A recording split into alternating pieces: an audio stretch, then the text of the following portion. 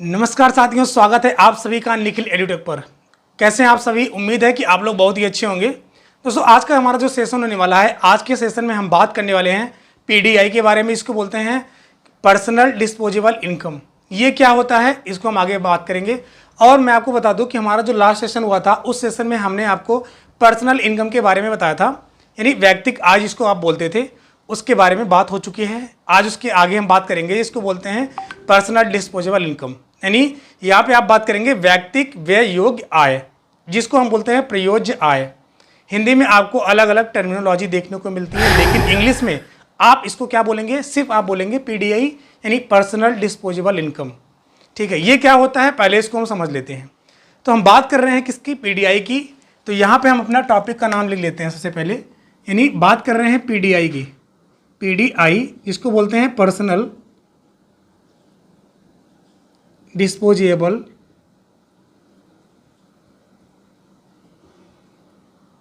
Income, इसको बोलते हैं व्यक्तिगत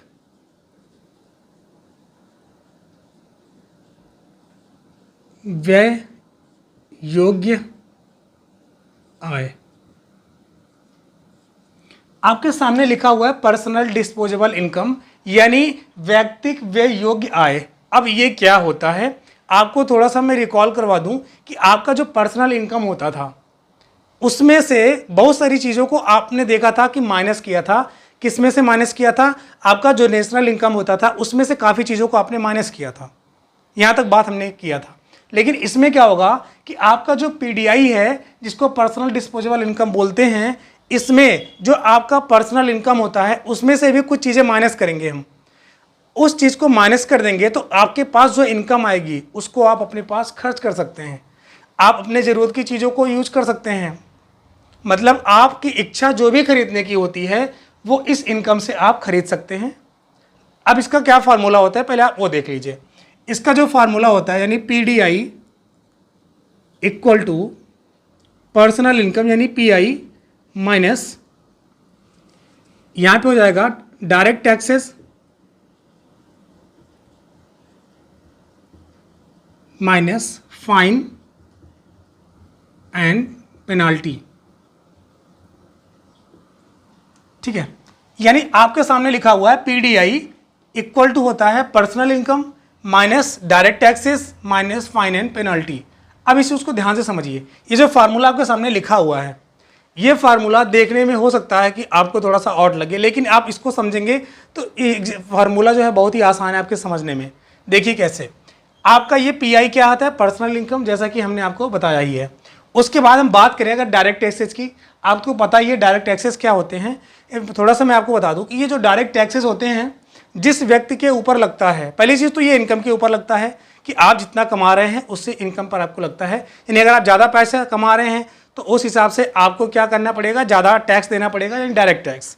ठीक है, यानी अगर आपके ऊपर लगेगा तो आपको ही देना पड़ेगा और किसी को नहीं देना पड़ेगा। ठीक है, जैसे मान लो कोई व्यक्ति है, वो महीने के लाख रुपए कमा रहा है, तो वो व्यक्ति, उसके ऊपर इनकम टैक्स अगर उसको लगता है तो वो ही देगा। उसके अलावा अगर ये सोच ले कि मेरे फैमिली मेम्बर के ऊपर मैं ट्रांसफ़र कर दूँ, तो नहीं होता है भाई। सीधी बात है, अगर डायरेक्ट टैक्स जिसके ऊपर लगेगा वही देगा।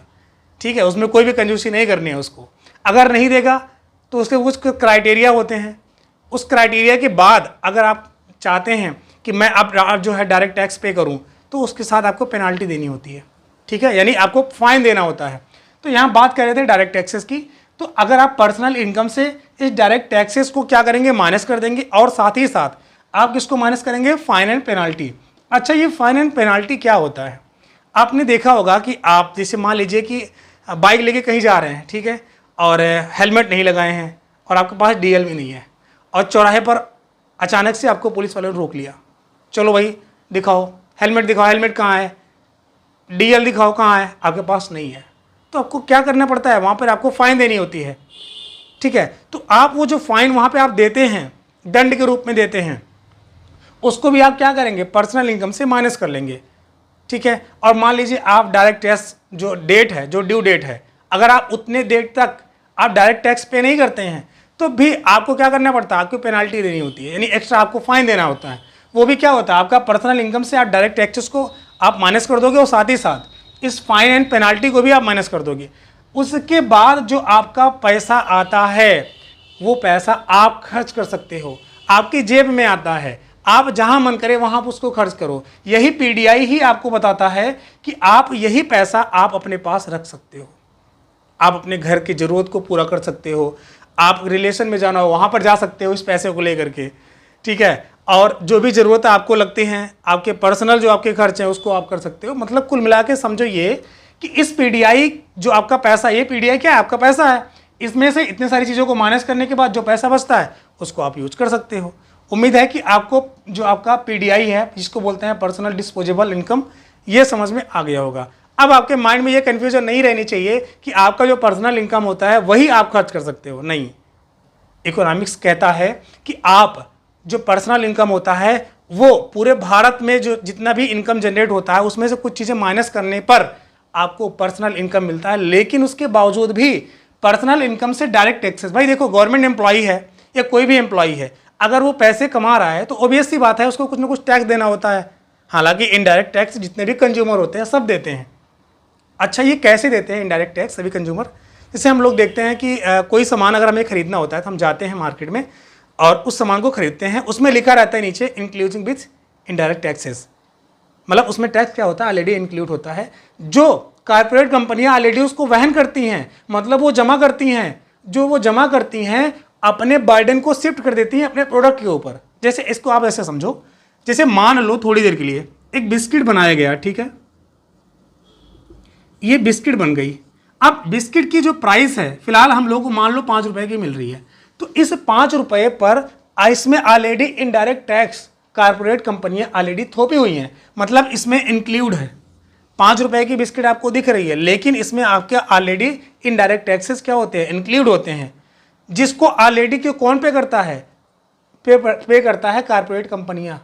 वो पे करती हैं लेकिन अपने उस भार को शिफ्ट कर देती हैं हमारे ऊपर, आपके ऊपर, कि आप लोग इसको क्या करें, अल्टीमेटली इसको वहन करें, ठीक है। मतलब आएगा, हम लोग क्या करते हैं आसानी से खरीद लेते हैं, लेकिन क्या पता भाई कि इसमें क्या होता है, हम लोग को भी इनडायरेक्ट टैक्स इसमें इन्वॉल्व है, हम लोग देते हैं और वो ऑलरेडी जमा करते हैं। वही यानी जो कारपोरेट कंपनियां होती है वही ऑलरेडी अपने जितने भी बर्डन होते हैं टैक्स वाले सबको ऑलरेडी अपने प्रोडक्ट पर वो डिस्ट्रीब्यूट कर देता है, ठीक है ना। और ये डायरेक्ट टैक्सेस क्या होते हैं, चूंकि हमारे ऊपर ये डायरेक्ट पड़ते हैं, लोगों के ऊपर डायरेक्ट पड़ता है, तो उनको पता चलता है कि हाँ हमें इतना पेमेंट करना पड़ता है। लेकिन वही इनडायरेक्ट टैक्सेस होते हैं, पता ही नहीं चलता है, हमने सामान खरीद के लेके चले आए और हमें क्या पता कि हमने उसमें कुछ टैक्स वगैरह दिया है, लेकिन उसमें टैक्स जो इनडायरेक्ट टैक्स होते हैं वो ऑलरेडी उसमें इंक्लूड होता है, मतलब ऑलरेडी उसमें मिला रहता है, ठीक है ना। आगे हम बात करते हैं कि आपका पीडीआई, ये समझ में आ गया होगा। अब आगे हम बात करेंगे कि आपका जो नेशनल इनकम होता है, यानी जो आपकी राष्ट्रीय आय होती है, इसमें बहुत सारी वस्तुएं ऐसी होती हैं जिसको शामिल नहीं किया जाता है, ठीक है। जैसा कि मैंने आपको डिफिनेशन में ही बताया था कि आपका जो नेशनल इनकम होता है वो एक साल में यानी एक फाइनेंशियल ईयर में जितने भी वस्तुएं सेवाएं बनाई जाती हैं उनका जो मार्केट प्राइस होता है वो आपका नेशनल इनकम होता है, यानी एक टर्म इसको बोले जीडीपी होता है। तो मैंने आपको कहा कि जितनी भी वस्तुएं और सेवाएं हैं उनका मार्केट वैल्यू ये आपका नेशनल इनकम होता है। लेकिन फिर मैं आपके सामने ही कह रहा हूँ, क्या कह रहा हूँ, कि उसमें कुछ वस्तुएं ऐसी होती हैं जो नेशनल इनकम में शामिल ही नहीं की जाती हैं। अब वो क्या क्या होती हैं इसको आप समझ लीजिए। तो सबसे पहले मैं आपके सामने यहाँ पर इसका हेडिंग लिख दूँ, क्या हेडिंग रहनी चाहिए कि आपका जो एनआई है इसको बोलते हैं नेशनल इनकम, इसमें शामिल ना होने वाली वस्तुएं, नेशनल इनकम में शामिल ना होने वाली वस्तुएं, शामिल ना होने वाली वस्तुएं। इस टॉपिक को आप ध्यान से देखिए, इसमें क्या क्या आपका शामिल नहीं होता है। सबसे पहली चीज तो आपका इसमें जो आपकी सेकेंड हैंड वस्तुएं होती हैं वो शामिल नहीं की जाती हैं। तो पहला क्या हो जाएगा आपका यहां पर सेकेंड हैंड वस्तुएं, सेकेंड हैंड जो आपके गुड्स हैं, ये सेकेंड हैंड गुड्स इस नेशनल इनकम में शामिल नहीं किए जाते हैं।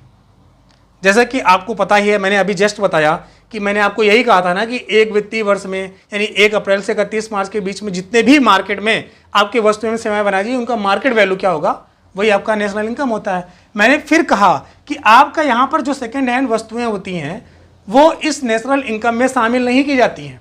अच्छा, अब सेकेंड हैंड वस्तुएं होती क्या हैं, सबको पता है सेकेंड हैंड वस्तुएं क्या होती हैं। जैसे मान लो थोड़ी देर के लिए, वैसे मार्कर के एग्जाम्पल नहीं लूँगा, हम एक एग्जाम्पल लेते हैं छोटा सा किसी बाइक एग्जांपल लेते हैं, जैसे समझो बाइक एग्जांपल लेते हैं, ठीक है। मान लीजिए यहाँ पे कोई बाइक है। अब ये बाइक जैसे शुरुआत में मान लीजिए कोई पर्सन खरीदा होगा, इस बाइक को किसी क्या ने पर्सन ने खरीदा होगा। इस पर्सन ने इस बाइक को कितने रुपए में खरीदा, मान लो 70,000 रुपये में खरीद लिया। नई बाइक है, 70,000 रुपये में खरीद लिया है। अब भाई क्या करेगा, अब भाई कोई व्यक्ति है, अब वो बाइक खरीदा है नया नया, तो जाहिर सी बात उसको चलाने के लिए खरीदा होगा। ऐसा तो नहीं है ना कि आज लाया और तुरंत ही बेच दिया। अब वो बाइक खरीदा कोई व्यक्ति 70,000 रुपये की, ठीक है। यहाँ पर इसको हम 70,000 लिख देते हैं, यानी 70,000 रुपये की वो बाइक खरीदा। अब उसका यूज करेगा 2 साल, 4 साल, 10 साल। यूज़ करने के बाद क्या होगा, अगर उसको लगेगा यार मैं इसका ना इसको बाइक यूज करने से मेरा मन भर गया है, इसको चलाते चलाते अब मज़ा नहीं आ रहा है, अब हमें लगता है कि किसी दूसरी बाइक पर शिफ्ट होना चाहिए, यानी कोई दूसरी बाइक लेना चाहिए। अब वो क्या करेगा, इस बाइक को ना 70,000 रुपये खरीदा था इस बाइक को। अब इस बाइक को जब 70,000 खरीदा था तो ये नया था, लेकिन अब क्या करेगा, चूंकि उसको ऊबर होने लगी है। अच्छा एक चीज़ बता दूं मैं आपको, जो ऊबर लगती है ना, इसको बोलते हैं क्या, आपका जो यूटिलिटी है वो घट रहा है। इस बाइक से मिलने वाली उपयोगिता वो क्या हो रही है, डिमिनिश हो रही है, घट रही है। ये रही इकोनॉमिक की लैंग्वेज। अगर आप आपकी भाषा में बोलें क्या होगा, इस बाइक को क्या हो रहा है, इसकी बाइक की जो मतलब जिससे चलाने में पहले मजा आ रहा था उतना मजा नहीं आ रहा है। इसको बोलते हैं मार्जिनल यूटिलिटी क्या हो रहा है, घट रहा है, डिमिनिश हो रहा है इकोनॉमिक्स लैंग्वेज में। और आपकी लैंग्वेज में क्या है, अब मजा नहीं आ रहा है, बहुत खुश होगा, मतलब मन उब गया है आपकी लैंग्वेज में। तो क्या होता है कि 70,000 की बाइक को खरीदा, उब गया मन। अब क्या किया, इन्होंने सोचा कि 70,000 तो नहीं मिलेगा, पुरानी हो गई है, तो इन्होंने क्या किया कि इसको 10 से 15,000 में निकाल दिया। कोई कोई होते हैं चालाकी करते हैं कि 20,000 में, 25,000 में, सोचते हैं कितना ज़्यादा से ज़्यादा मिल जाए, ठीक है। तो मान लीजिए कि 70,000 में खरीदा था, अब ये 20,000 में इन्होंने क्या किया, इस बाइक को बेच दिया। अच्छा, जब इस बाइक को बेच दिया तो ये बाइक क्या हुई, मार्केट में फिर से आई, यानी एक व्यक्ति के पास से होकर के दूसरे व्यक्ति के पास आ गई। अब ये बाइक जब उसके पास आई तो इसकी जो प्राइस है 20,000 रुपये, ये आपकी नेशनल इनकम में काउंट नहीं की जाएगी, यानी ये तो सेकंड हैंड हो गई ना, बाइक तो सेकंड हैंड हो गई। इसी प्रकार आपकी सेकंड हैंड वस्तुएं जितनी भी चीज़ें होती हैं, मोबाइल फ़ोन हो गया, कार हो गया, बाइक हो गई, या कुछ और भी चीज़ें ऐसी हैं जो सेकंड हैंड होती हैं, वो सब वस्तुएं जो होती हैं ये इस नेशनल इनकम में शामिल नहीं की जाएंगी। अच्छा, दूसरी बात करते हैं काला धन की, ब्लैक मनी इसको बोलते हैं, ठीक है, काला धन जिसको बोलते हैं ब्लैक मनी। अच्छा, ये ब्लैक मनी जो होता है, ये भी इससे जो इनकम जनरेट होती है वो भी आपका इस नेशनल इनकम में कंक्लूड नहीं किया था, यानी इंक्लूड नहीं होता है आपका काला धन।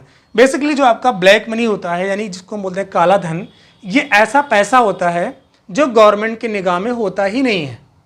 मतलब गवर्नमेंट जानती ही नहीं है कि आपके इकॉनमी में इतना पैसा क्या हो रहा है, चल रहा है, यानी इतने पैसे की लेन देन हो रही है। और जब इतने पैसे की लेन देन की खबर गवर्नमेंट को है ये नहीं है, तो भाई इस पर टैक्स लगेगा ही नहीं। और जब इस पर टैक्स नहीं लगेगा तो जिस पर टैक्स नहीं लगेगा, मार्केट में पैसे ज़्यादा है, टैक्स नहीं देना पड़ रहा है, तो काला धन हुआ ना, सफ़ेद कैसे होगा भाई। देखो सीधी बात है कि बहुत सारे एम्प्लॉय ऐसे हैं जो अच्छा खासा पैसा कमा रहे हैं, लेकिन गवर्नमेंट पर उनकी नज़र है, वो डायरेक्ट टैक्स जमा कर रहे हैं। लेकिन यहाँ भी काला धन बहुत ज़्यादा होता है, उस पर भी तो टैक्स देना होता है, लेकिन नहीं, काला धन इसीलिए कहा गया है कि इस पर कोई टैक्स, यानी गवर्नमेंट की निगाह में ये नहीं है, तो गवर्नमेंट को टैक्स नहीं देना पड़ेगा, इसीलिए इसको हम काला धन बोलते हैं। तो इसके द्वारा भी जो भी पैसे इकट्ठे होते हैं, जो भी इनकम जनरेट होती है, वो नेशनल इनकम में शामिल नहीं की जाती है। अच्छा, आगे हम बात करें, तीसरे की बात करें, इसमें होता है गैर कानूनी तरीके से, यानी इलीगल तरीके से, गैर कानूनी तरीके से कमाया गया धन। अब ध्यान से देखिए, यहां पर लिखा हुआ है अगर आप इलीगल तरीके से, जिसको बोलते हैं गैर कानूनी तरीके से आप कमाई करते हो, आप इनकम बनाते हो, तो वो जो इनकम होगी वो भी आपकी नेशनल इनकम में कंक्लूड नहीं की जाएगी। यानी आप अगर गैर कानूनी तरीके से आप पैसे कमाते हो तो भी वो जो इनकम आप कमाते हो उसको भी नेशनल इनकम में काउंट नहीं किया जाएगा, ठीक है।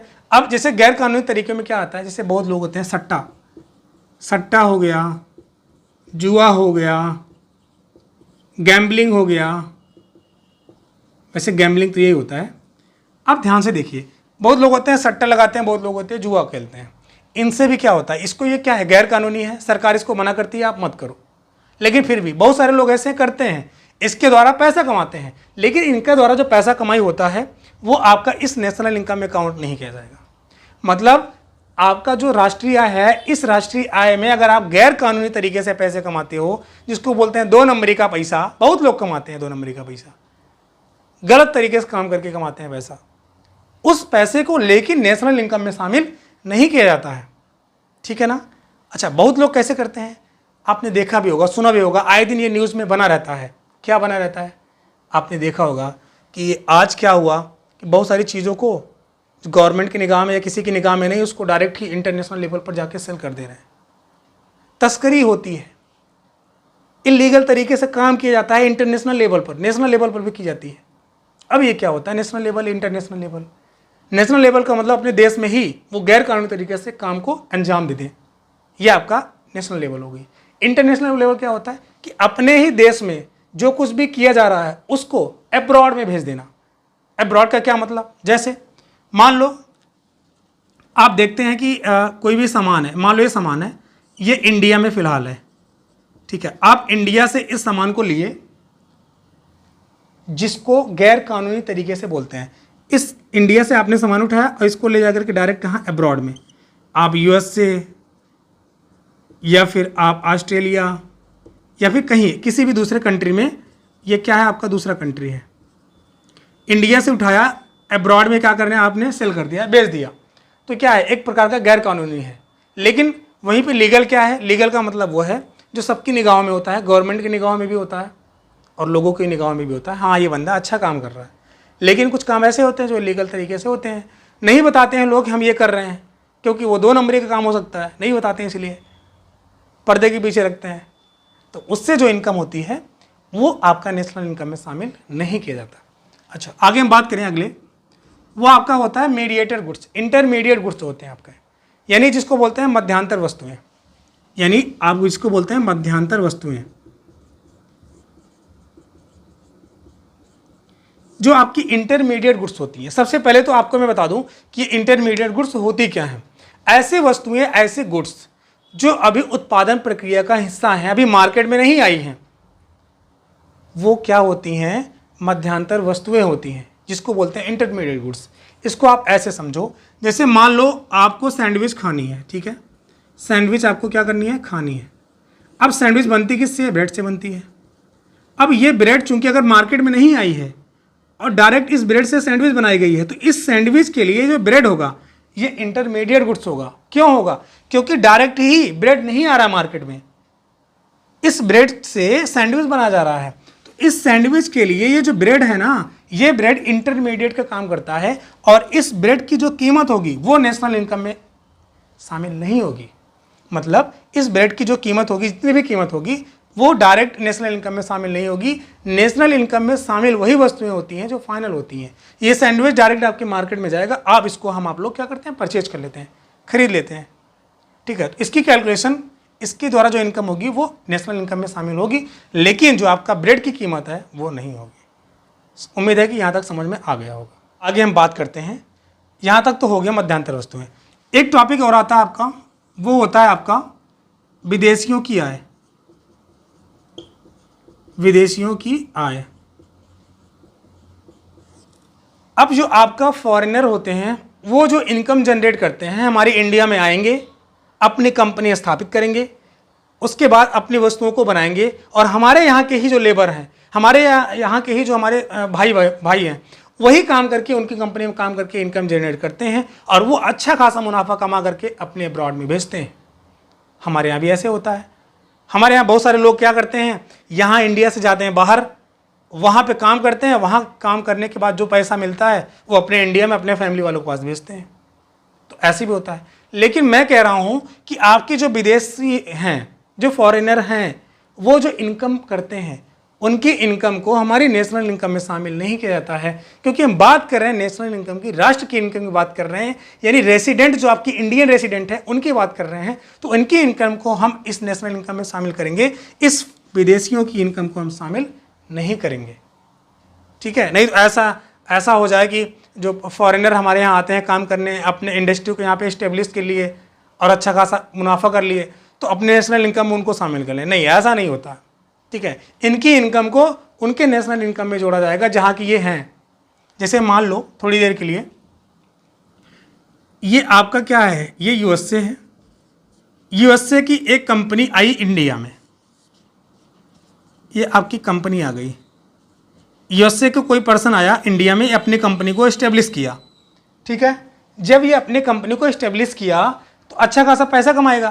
तो पैसा कमाने के बाद क्या करेगा, ये अपने इनकम को यूएसए भेज देगा, यहाँ पे भेज देगा, ठीक है। जब यहाँ भेज देगा तो ये कमाया तो इंडिया में ही अल्टीमेटली, लेकिन इसका पैसा यहाँ पे नेशनल इनकम में कंक्लूड किया जाएगा यूएसए में, ठीक है ना। अब ये नहीं कि अगर ये यहाँ का कमा रहा है इंडिया में तो इंडिया में इसका नेशनल इनकम कैलकुलेट की जाएगी, नहीं, इसके पैसे को इसके नेशनल इनकम में कैलकुलेट की जाएगी। लेकिन अगर वहीं पर कोई इंडियन यहाँ पे जा रहा है काम करने, यहाँ से पैसे कमाने के बाद वो इंडिया भेजेगा, यहाँ पर इंडिया, तो इंडिया में जो व्यक्ति यहाँ पे कमा रहा है, जो पैसे यहाँ पे भेजेगा या जितनी भी इसकी कमाई हो रही है फॉरेन में जाके है इंडिया का ही, तो उसके पैसे के कैलकुलेशन यहाँ इस नेशनल इनकम में यानी इंडिया के नेशनल इनकम में की जाएगी, ठीक है ना। उम्मीद है कि आपको यहाँ तक जितने भी सेशन मैंने लिया है यहाँ तक समझ में आ गया होगा। सेशन अच्छा लगा हो, आज के सेशन को बस इतना ही रखते हैं। सेशन अच्छा लगा हो तो सेशन को लाइक करना ना भूलें। मिलते हैं किसी और अच्छे सेशन के साथ, तब तक के लिए आप अपना ख्याल रखिए। धन्यवाद।